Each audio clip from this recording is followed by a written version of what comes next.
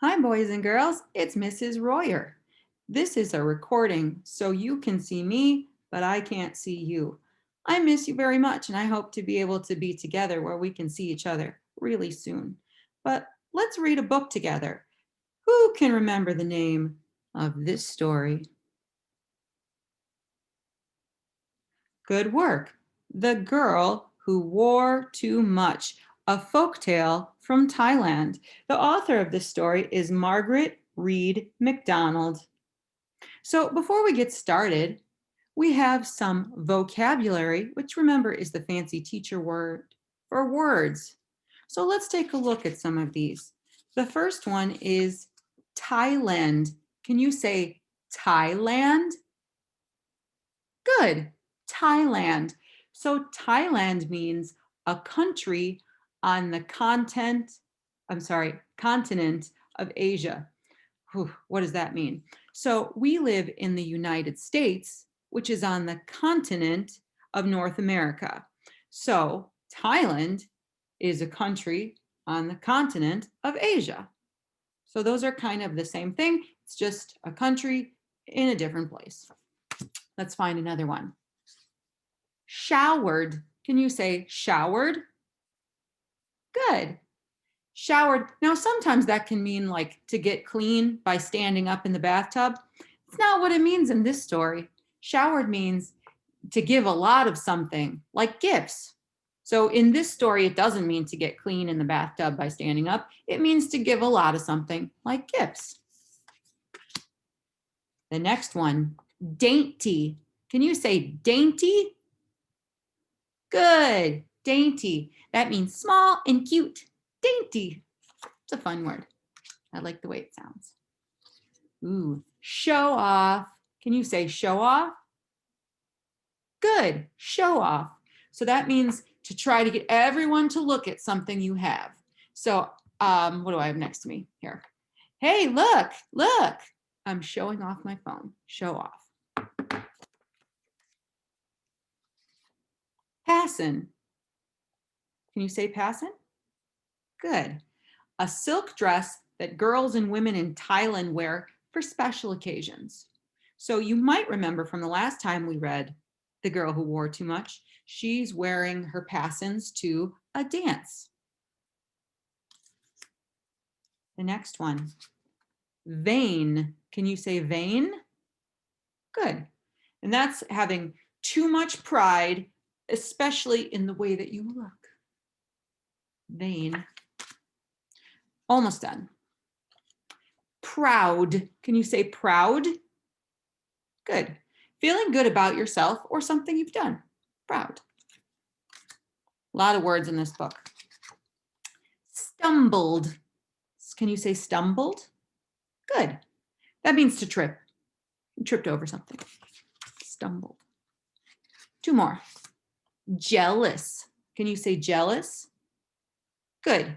That's when you're upset because somebody else has something that you don't have. So sometimes kids get jealous when somebody has a really cool toy and you don't have that toy. So jealous. Last one. I had to make a little more room on my counter for all these words. Last one, refused. Can you say refused? Good. And that just means you said no, refused, no. All right, so our words are Thailand, showered, oops, need to uncover it, showered, dainty, show off, passin', vain, proud, stumbled, jealous, and refused. All right, good. Now I actually have this book on Epic Books, so I'm going to show it there instead of holding it up so you can see it a little better. So let me share my screen. All right, there it is. Okay, The Girl Who Wore Too Much. Ari's parents gave that girl everything she wanted. They showered that girl with gifts. Ari, those golden earrings would look so attractive on your dainty ear. We must buy them for you. Ari, that silver bracelet would look so lovely on your little arm. We must buy it for you. Ari, that ruby ring would look so sweet on your slender finger. We must buy it for you. So there we had two of our new words, showered, which means to give a lot of something, and dainty, which means small and cute. Let's read a little bit more. Whenever they saw an especially beautiful silk, they would cry, "Oh, Ari, you would look so lovely in that color. We must buy it for you." Ari's room was stuffed with boxes of jewels and chests full of silk. Then she heard of a dance in the village beyond the mountains. Now I can show off my fine clothes, but which color shall I wear? The pink, the fuchsia, the scarlet, the sky blue, or the aquamarine? Maybe violet, deep purple, or magenta? Maybe chartreuse or emerald green? I think I'll wear the pink. So teachers, if you want to pause the video now and ask what happens next, and I'll wait. She put on a passen of bright pink silk, but there was green, the color of emeralds. This green is so elegant, perhaps I could wear them both. So she quickly put the green right on top of the pink. Now I can show off my two silks. Still, this fuchsia is brightest of all. I think I'll wear it too. And putting the fuchsia on top of the green, she twirled around and around. I'm gonna be the most beautiful girl at the dance. So there's two more of our vocabulary words. Passen, which is those silk dresses that they wear for special occasions, like her dance. And show off, which means to try to get everyone to look at you so that they can see what you got. This chartreuse is especially gorgeous. And look at this bright blue. No one has silk as expensive as mine. Why not? I'll wear them too. The aquamarine, the violet, and this purple with threads of pure gold. With all of my dresses, I'm certain to be the most beautiful girl at the dance.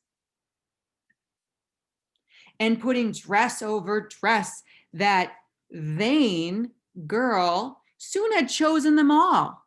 Wearing all those heavy dresses, Ari could hardly move.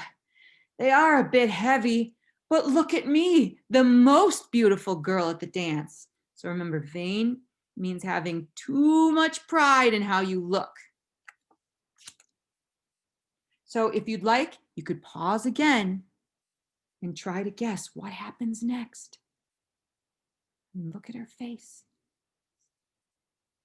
It's dripping. I'll wait. Now, which bracelet shall I wear? The gold? Yes. The silver? Of course. The jade? My favorite. And the rings? The ruby, the sapphire, the emerald, the pearl, the opal? Oh, yes. Soon she was wearing every piece of jewelry that she owned. Just then her friends arrived. Ari, you look. And they didn't know what to say. Ari stumbled from her house wearing silks, rings, bracelets, and earrings. She could hardly walk, but she was proud. Just look at my beautiful clothes. Just look at my golden jewels. I'm certain to be the most beautiful girl at the dance. Ari looked so silly. her friends try not to laugh. So here's two more words. Stumbled means to trip, and proud means feeling good about yourself or something that you've done. So her friends are trying not to laugh. What are they laughing about? You can pause the video and talk about it. I'll wait. They started off for the dance, but Ari could not keep up. Soon she was huffing and puffing. Wait for me! Wait for me! I can't get up the hill. Her friends came back to help. We could push you up the hill. Don't push! You'll wrinkle my dresses. We could pull you up the hill. Don't pull! You will soil my silk clothes. So the girls left Ari and they went on. Ari stumbled for a while, but soon, wait for me, I can't get up the hill. Her friends came back once more. Ari, take off your bracelets, take off your heavy rings, take off some of those dresses, then you can climb the hill. You are just jealous of my fine clothing. Then I won't be the most beautiful girl at the dance. Ari refused to take off anything at all. So her friends left her there and they went to the dance without her. So let's see. There was the word jealous, which means upset that someone has something you don't have. And then there's refused, which means to say no. So why don't you pause the video here and talk about, are her friends being good friends? And is Ari being a good friend? I'll wait. All day in the hot sun, Ari trudged up the hill. By nightfall, she had just reached the top, and there she stopped, stuck in her heavy clothes, too exhausted to take another step.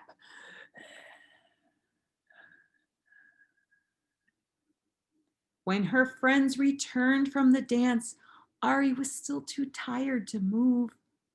By the time they had fetched her parents, Ari was vain no more. I don't need all of these clothes. Then take off some of your dresses. Take off those heavy jewels. We have taught you to want too much. You must learn to be happy with less. So jewel by jewel, dress by dress, Ari gave away all of her things. And the next time she went to a dance, she was lovely in just one simple dress.